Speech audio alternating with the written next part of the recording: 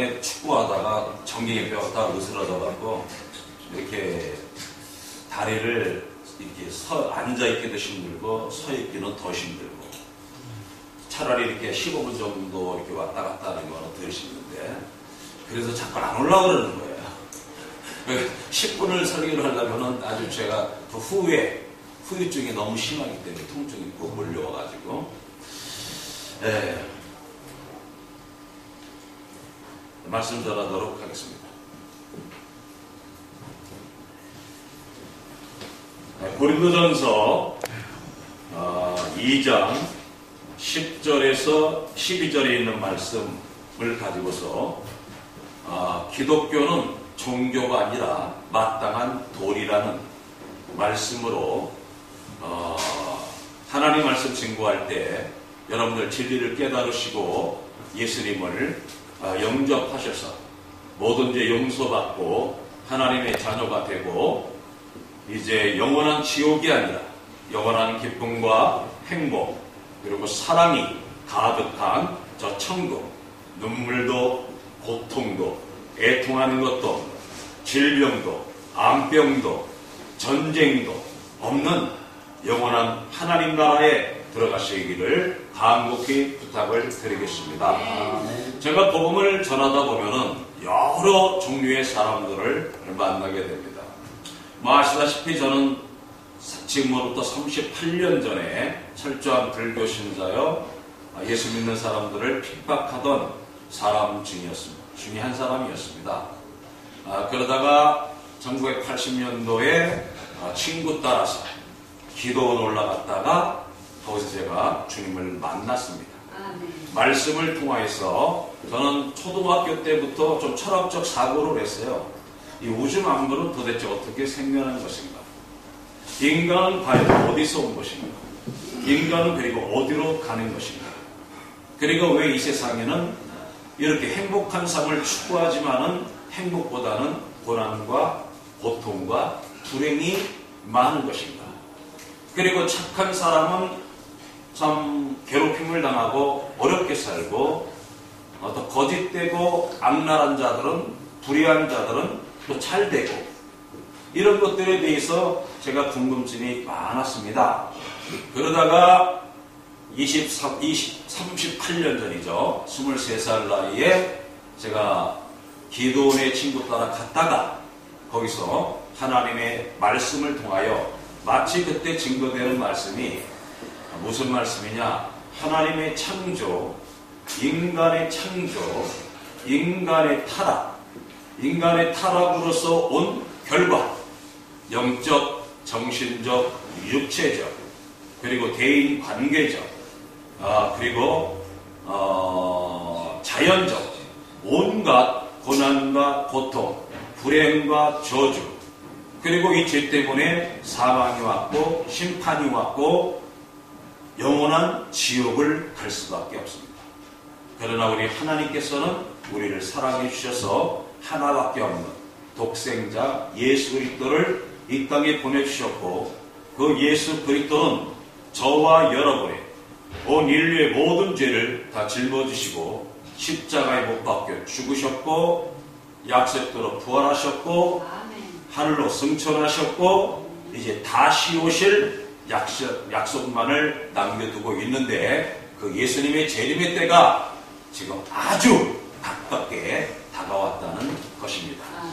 저는 그 진리를 깨닫고 나서 그 이후로 산에서 내려와서부터 이제 제가 전도를 하기 시작한 것이 지금 38년간 지하철에서 버스에서 배에서 하여튼 비행기에서만 빼놓고 하여튼 열심으로 복음을 전합니다. 그렇기 때문에 지난주에도 제가 말씀 전할 때도 창조냐 진화냐 이 말씀으로 창세기 2장 7절의 말씀을 중심으로 말씀을 전했듯이 오늘 또한 이 메시지가 일반 주의 백성들이 들으면은 또 확실한 자기 신앙을 견고히 다질 것이고 그리고 전도하는 데에 많은 도움을 얻게 될 것이고 특히 불신자들이 듣기를 원합니다. 불신자들이. 그래서 불신자들이 깨닫고 회개하고 주님 앞으로 돌아오는 역사가 이 새신당을 통하여서 주렁주렁 많은 열매가 맺히게 될 줄로 믿습니다. 아멘. 저는 그래서 이 현장 속에서 안 믿는 사람들을 많이 만나게 되면요 이런 말을 합니다. 기독교는 우리가 편의상 기독교라는 이름으로 부를 뿐이지 기독교는 본질상 종교가 아니라 마땅한 도리입니다. 예를 들어서 여러분 자녀들이 있지 않습니까? 부모가 자녀를 낳았으면 자녀는 자기를 낳으신 부모님을 엄마, 아빠라 부르고 그분을 믿고 따르고 섬기고 사랑하는 것이 종교입니까? 도리입니까? 이것을 보고 종교라고 말할 사람은 아무도 없습니다. 마땅한 도리인 것이죠. 마찬가지로 이 땅의 모든 생명, 저의 생명, 선생님의 생명, 자녀들의 생명, 부모님의 생명, 그리고 이 땅에 있는 모든 생명은 다 어디서 왔습니까? 생명의 근원 되시고 창조의 근원 되시는 하나님께로 왔기 때문에 우리는 그분을 하나님 아버지라고 부르는 것입니다. 그런데 왜 우리가 이 마땅한 도리를 잃어버리게 되었습니까? 그것은 바로 죄로 인하여서 하나님의 영이 우리 영 속에서 떠나가고 귀신이 우리 인간의 영을 지배하고 있기 때문에 그렇습니다. 고린도후서 4장 4절에 보면은 이 세상 신이 믿지 아니하는 자들의 마음을 혼미케 하여 예수 그리스도의 복음의 광채가 비치는 것을 방해하고 있다. 뭐가요? 이 세상 신. 이 세상 신이 뭡니까? 마귀 귀신이죠. 이 귀신이 이 세상 사람들의 믿지 아니하는 자들의 마음을 혼미케 만들어서 그리스도의 이 복음의 광채가 예수님이 나의 죄 때문에 죽으셨고 부활하셨고 예수를 믿으면 제사함 받고 하나님의 자녀가 되고 영원한 생명을 얻고 영원한 하나님 나라에 들어간다는 이것을 못 깨닫게 만든다. 뭘 받아야 깨달아지느냐? 오늘 본문 속에 말씀했듯이 성령은 하나님의 깊은 것이라도 통달하고 계시고 아멘. 사람의 사정을 사람의 속에는 영에는 누가 알리요? 이와 같이 하나님의 사정도 하나님의 영에는 아무도 알 수 없다고 했고 2장 12절에 우리가 세상으로부터 온 영을 받지 아니하고 하나님께로부터 온 영을 받았으니 이는 그 영이 우리로 하여금 하나님께서 우리에게 은혜로 주신 것들을 뭐한다? 알게 하려 하십니다. 할렐루야. 알게 하십니다. 그래서 우리가 하나님을 만나고 나니까 모든 것이 은혜구나. 모든 것이. 하나님은 그렇습니다. 우리 생명과 육신의 생명과 연결된 것들도 다 공짜입니다.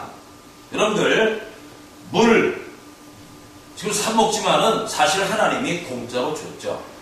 물 없으면 살아요, 못 살아요? 못 삽니다. 물 공짜로 줬죠.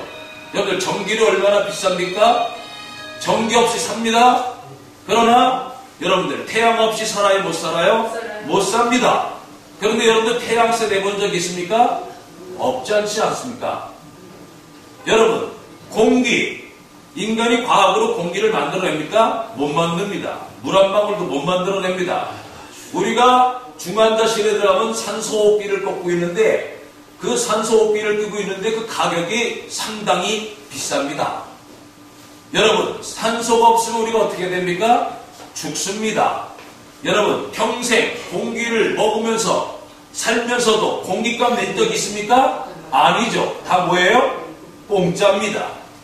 육신의 생명에게도 꼭 필요한 것들은 하나님이 공짜로 주시는 것 마찬가지로 영원한 생명도 뭐냐? 하나님이 은혜로, 선물로, 믿음으로 우리에게 주시는 줄 믿습니다. 아멘. 그 불신자 중에 우리가 답답한 것을 보면은요, 사람들이 유명한 화가나 사진 작가들이 그린 그림이나 또는 사진이나 이런 것들을 보게 되면은 매우 기뻐하고 즐거워하고 감동합니다. 그리고 무슨 생각을 합니까? 이 너무나 아름다운 이 사진, 이 그림을 누가 찍었을까? 누가 그렸을까? 이걸 생각합니까? 안 합니까? 다 합니다.